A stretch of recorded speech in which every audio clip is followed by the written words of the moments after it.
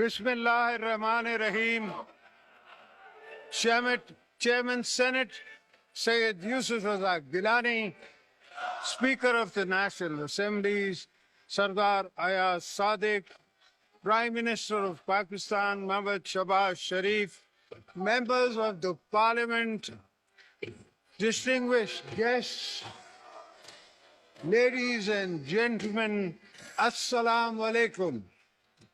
As we embark upon the first parliamentary year, let me extend my heartfelt congratulations to all honorable members of the Parliament on the election to this august House. I would also like to compliment the Prime Minister and both federal and provincial governments on their election victories and assumption of their responsibilities.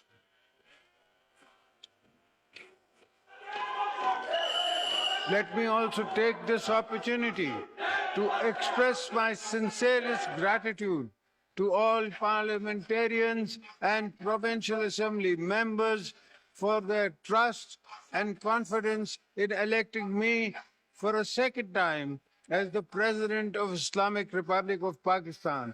I am humbled by this opportunity bestowed upon me by the grace of Almighty Allah.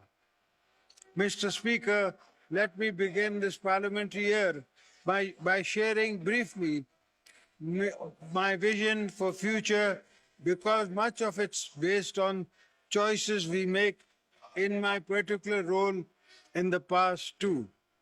I have made important choices that made history. When I chose to give away my own powers as president to the Parliament of Pakistan. I expect you as parliamentarians to use those powers with the wisdom and maturity our country merits and needs. I see my own role today as a unifying symbol of a joint, robust federation, where all people and provinces should be treated in equal before law. At the same time, in my considered view, it is time to turn a new page. If we see today as a new beginning, which it is, that we can build on our strength by investing in our people, by focusing on public needs, by harnessing our relation of our resources to create pathways to inclusive growth.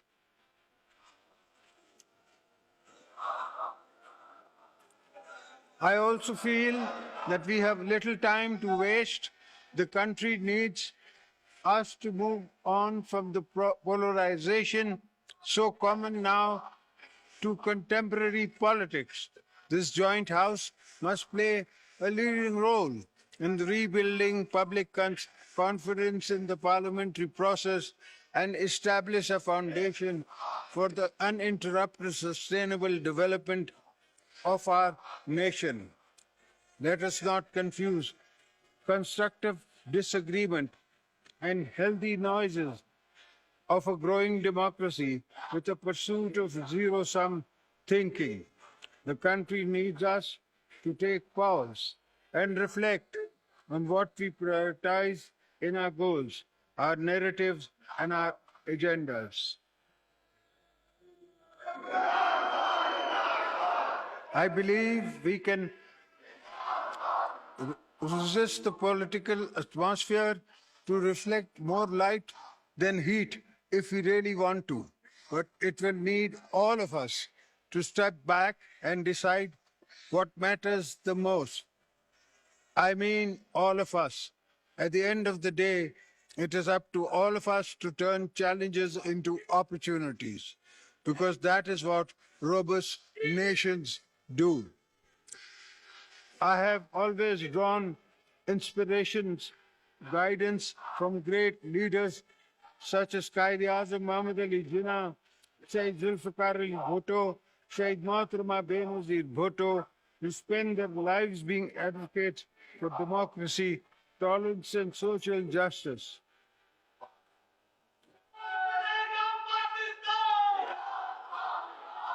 I firmly believe that by embracing the vision of these leaders, we can effectively tackle our challenges and foster an atmosphere of mutual respect and political reconciliation. The challenges we face are not impossible to overcome. They just require a fundamental of meaningful dialogues, parliamentary consensus, and a timeline implementation of rigorous reforms aimed at addressing underlying issues, both old and new, confronting us.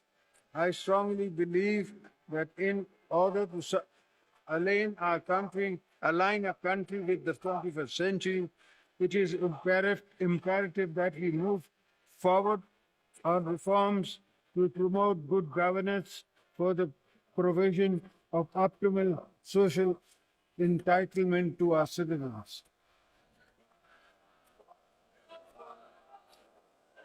Let's begin with a vision that strives to leave no one behind, for this thought to move beyond an idea.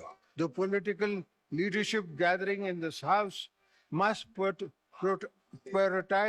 the specific needs for marginalized communities and underdeveloped areas. By focusing on the needs of these regions, we can bridge the gap between them and the more developed areas of the country. Move the needle towards an inclusive growth model that emphasizes equality of opportunities. While there are many economic reforms the government will drive in pursuing jobs, reducing inflation, and expanding the tax net, I want to underscore the importance of promoting positive working relationship and effective coordination within our constitutional framework between the federal government and the provinces. This is an absolute essential for promoting an inclusive national development agenda, ruling out policies that execute tangible actions on the ground. I firmly believe that by driving seamless collaborations as fostering institutional coordination with intention and regularity, we could harness full potentials of our federal system to deliver positive change for benefit for people of Pakistan.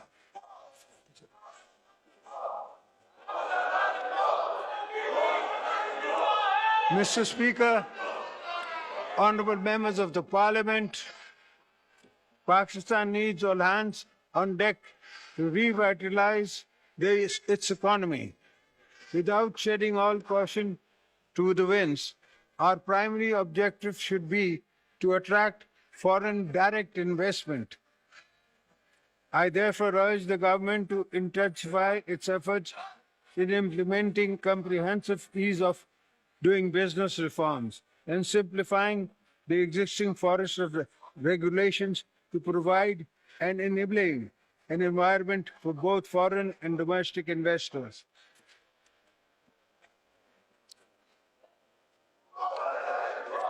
I commend the establishment of the Special Investment Facility Council aimed at attracting and facilitating investment in the key sectors, which is a step forward in the right direction. At the same time, we must accelerate our endeavors to diversify export, enhance the country competitiveness of our products in global markets, introduce value addition, and venture into new markets similarly.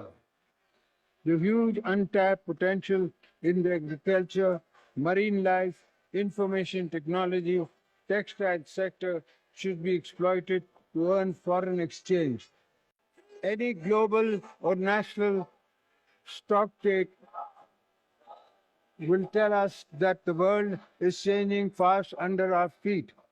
Pakistan has been sincerely devastated by different impacts of climate change, especially in the shape of a catastrophic flood in the 2022. We urgently need to invest in climate-friendly, climate-resilient infrastructure to mitigate the rapidly compounding risk of climate change. At the same time, we need to ensure that clean energy technology from the core component of our national energy mix, as they would not only create opportunities for green economic growth, but would also make energy more affordable for our people.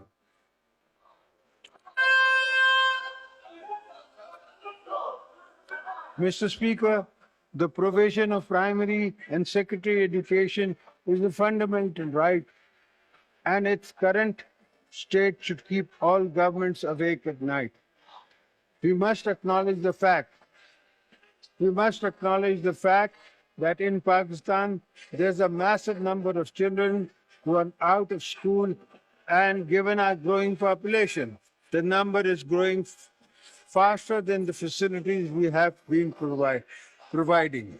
I therefore urge all provincial governments to bring focus and energy on transformative reforms on education sector, not just on improving access to primary secondary education for all children, but for ensuring quality as well.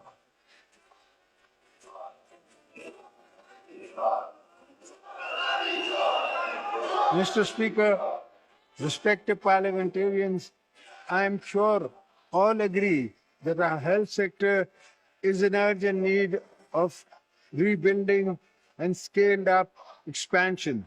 Regular investments in the primary and secondary health infrastructure, as well as human resources, are needed to ensure that every citizen has access to quality of healthcare services and that no citizen lacks medical care.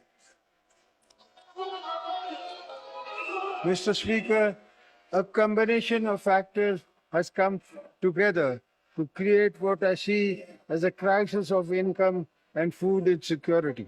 For many of our people, I am pointing, of course, to the large number of our population that has been slipping into poverty, either through climate impacts on their incomes and assets or sheer cost of living pressure on the families. It is our responsibility to ensure that they move out of extreme vulnerability within the ability to access opportunities for jobs and resources to reinvest in farms, livestock, and small businesses.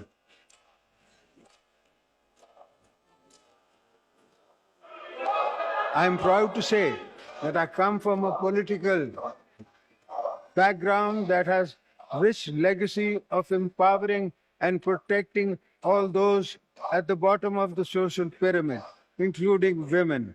Shaheed Mohammad Benazir Bhutto was a champion of women's rights and always went on extra mile in advancing women's causes, just as she sought entitlement of economically and socially vulnerable groups of Pakistan. I am very proud of the fact the Benazir Income Support Program has been providing a lifeline to millions of vulnerable women across the country, offering them financial assistance and social protection, while giving many women the incentives and seed capital to start up small businesses.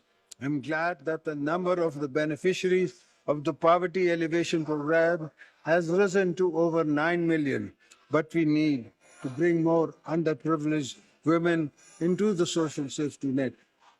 I am hopeful that the new government will actively work to reduce social and economic fragility while aggressively promoting girls' education and health, including programs to reduce maternal, and Yes, it has mother and child in turn.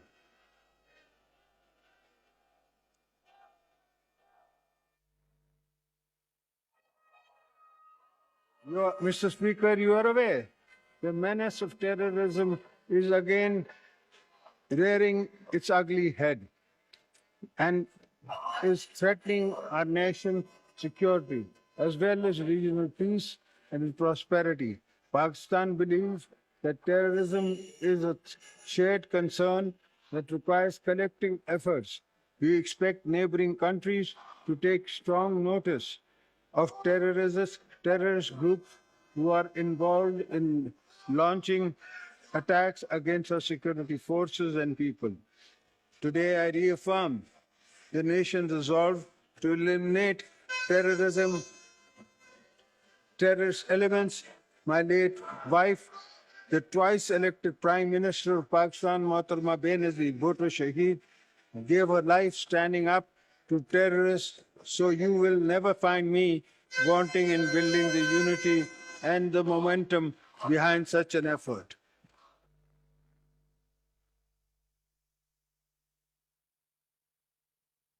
We are proud of our armed forces, law enforcement agencies who have rendered immense sacrifice and played a heroic role in the fight against terrorism, defense of our national frontiers. I will also take it. I will also to take like to take this opportunity to thank our friendly countries, particularly Saudi Arabia, UAE, China, Turkey, and Qatar, who have always supported Pakistan in difficult times. It is important also to recognize the US, EU, and UK have all been established trade partners with a history of cooperation in many sectors, which we hope will grow further.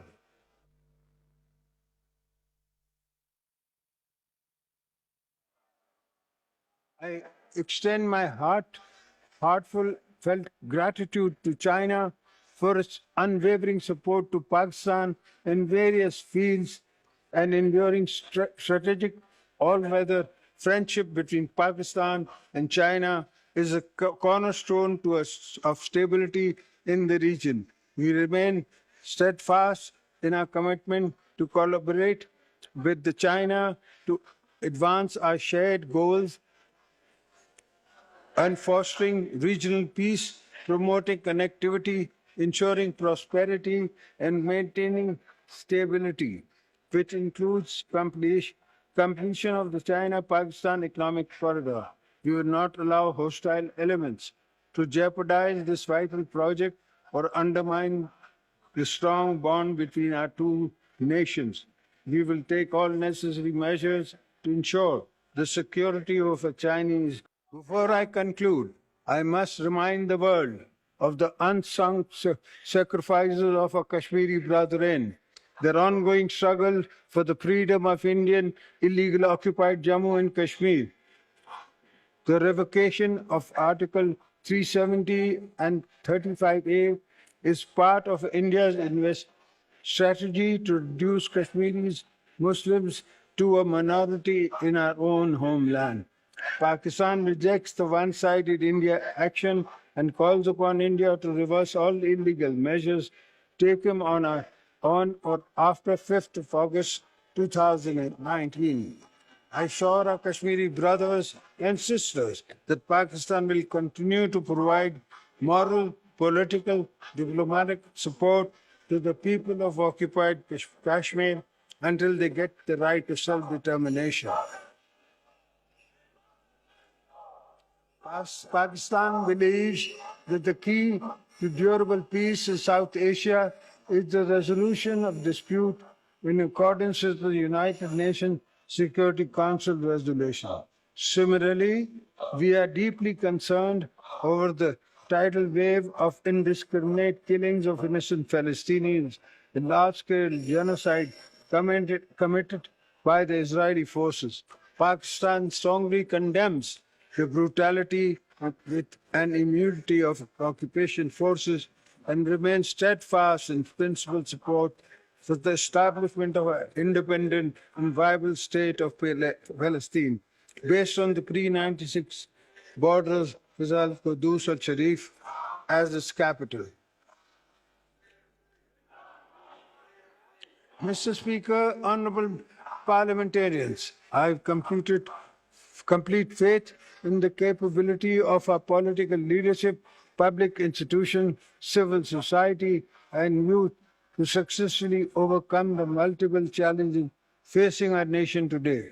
This is based on my unshakable belief in the resistance of people, knowing that whenever we unite to make common cause, we deliver on our promises. Today, too, I believe we can pull together to draw on our moral political capital in steering our country out of its complex but not impossible social, climate, and economic challenges.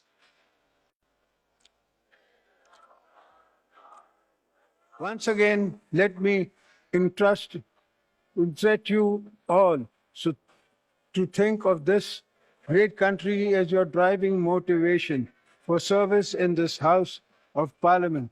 Let us demonstrate a spirit and words, a renowned political ethos, a collaboration and census building as the guiding principle to lay the groundwork for a more prosperous Pakistan. I'm certain that together, in a fresh start, we can start a course towards a strong, prosperous Pakistan. May Allah be our guide and support this journey. Ameen. Pakistan, find Abad.